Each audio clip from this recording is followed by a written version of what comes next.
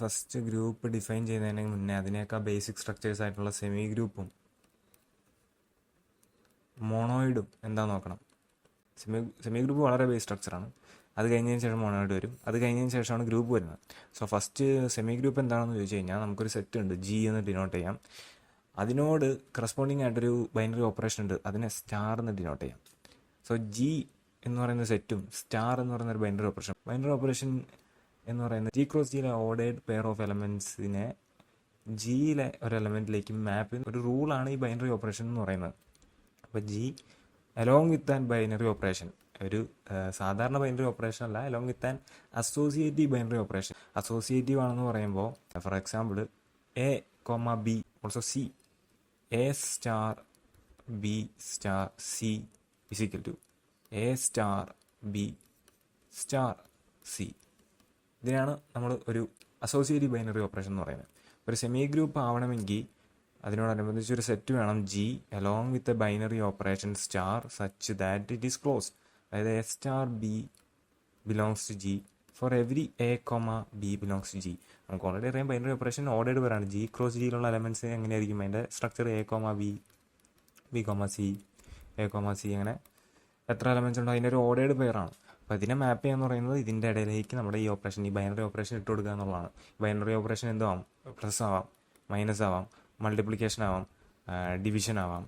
എല്ലാം ചിലപ്പോൾ binary operation ആയിട്ട് സാറ്റിസ്ഫൈ ചെയ്യണമെന്നില്ല. ഫോർ എക്സാമ്പിൾ നാച്ചുറൽ നമ്പേഴ്സിൽ ഡിവിഷൻ ഒരു ബൈനറി ഓപ്പറേഷൻ അല്ല, ഒപ്പം സബ്ട്രാക്ഷൻ ഒരു ബൈനറി ഓപ്പറേഷൻ അല്ല. ബൈനറി ഓപ്പറേഷൻ്റെ ഡെഫിനിഷനിൽ തന്നെ ബൈനറി ഓപ്പറേഷൻ ക്ലോസ്ഡ് ആയിരിക്കണം, ജി ക്രോസ് ജിന്ന് ജിയിലേക്ക് ആയിരിക്കണം. ഫോർ എക്സാമ്പിൾ നാച്ചുറൽ നമ്പറിൽ 1,2 വരും.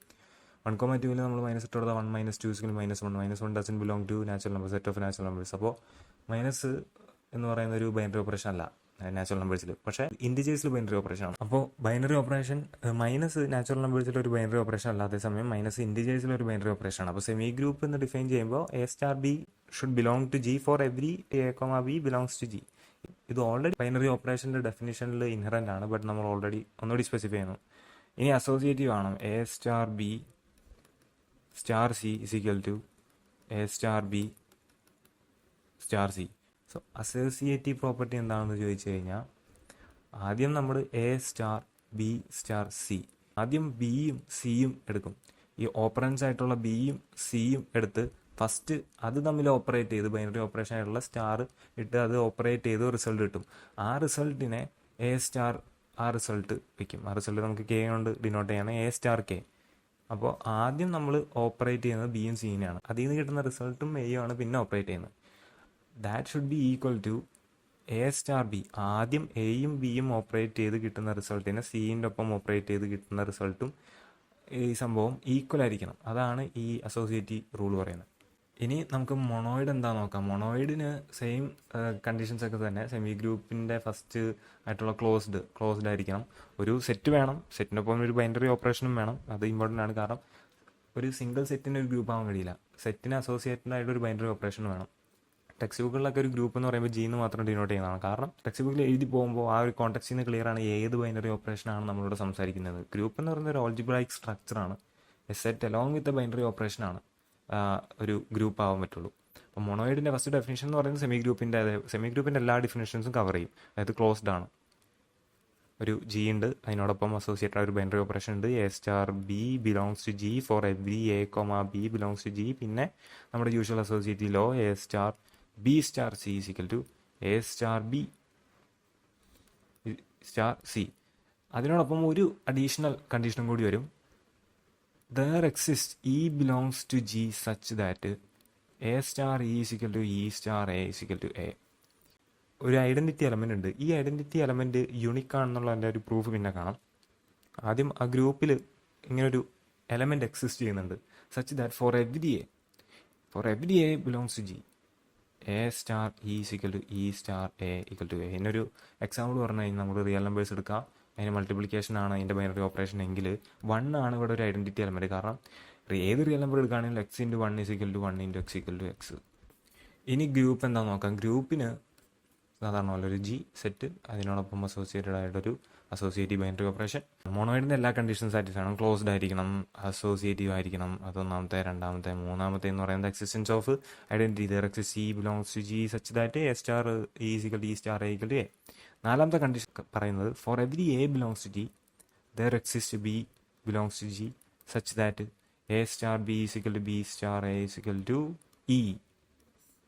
ഇതിന് നമ്മൾ എക്സിസ്റ്റൻസ് ഓഫ് ഇൻവേഴ്സ് എന്ന് പറയും. മൂന്നാമത്തേന് നമ്മളെ എക്സിസ്റ്റൻസ് ഓഫ് ഐഡൻറ്റിറ്റി എന്നും നാലാമത്തേനെ എക്സിസ്റ്റൻസ് ഓഫ് ഇൻവേഴ്സ് എന്നും പറയും. സോ എക്സിസ്റ്റൻസ് ഓഫ് ഐഡൻറ്റിറ്റി ഒരു ഗ്രൂപ്പിൽ യൂണിക്കായിരിക്കും. എൻ്റെ ഗ്രൂപ്പിൽ ആകെ ഒരു ഐഡൻറ്റിറ്റി മാത്രമേ കാണുള്ളൂ. പക്ഷേ ഇൻവേഴ്സ് അങ്ങനെയല്ല. ഇൻവേഴ്സ് എന്ന് പറയുന്നത് ഓരോ നമ്പറിനും for every x there exist 1/x. 1/x നമ്മൾ മൾട്ടിപ്ലിക്കേഷൻ ആണ് ബൈനറി ഓപ്പറേഷൻ 1/x എന്ന് എഴുതും. ഇനി അഡീഷൻ ആണെങ്കിൽ -x എന്ന് എഴുതും. അങ്ങനെയാണ് ആ ബൈനറി ഓപ്പറേഷന് അക്കോർഡിംഗ്ലി ഒരു ഇൻവേഴ്സ് ഉണ്ടാവും. അപ്പോൾ ഇൻവേഴ്സ് പലതരത്തിലുണ്ടാവും. കാരണം ഓരോ എലമെൻറ്റിനും യുണിക്കായിട്ട് ഒരു ഇൻവേഴ്സ് ഉണ്ടാവും. ബട്ട് ഐഡൻറ്റിറ്റി എലമെൻറ്റ് എന്ന് പറയുന്ന എൻ്റയർ ഗ്രൂപ്പിൽ യുണിക്കായിട്ടുള്ള ഒരു സംഭവം ഒറ്റ ഒരെണ്ണേ ഉള്ളൂ. ഇൻവേഴ്സ് ഓരോ നമ്പറിന് ഡിഫറെൻ്റ് ആയുള്ള ഇൻവേഴ്സാണ്. ഇനി ഒരു ഗ്രൂപ്പ് ഹാസ് യൂണിക് ഐഡൻറ്റിറ്റി എന്ന സ്റ്റേറ്റ്മെൻറ്റ് ഒരു പ്രൂഫ് വരാൻ പോവാണ്. സപ്പോസ് നമ്മൾ അസ്യൂം ചെയ്യുന്നത് ആദ്യം ഇ ആൻഡ് ഇ ഡാഷ് അതിൻ്റെ ഒരു ഐഡൻറ്റിറ്റി എലമെൻ്റ് ആണെന്ന് അസ്യൂം ചെയ്യണം. അങ്ങനെയാണെങ്കിൽ by definition of identity element for every A belongs to G A star E is equal to E star A is equal to A ആണ്.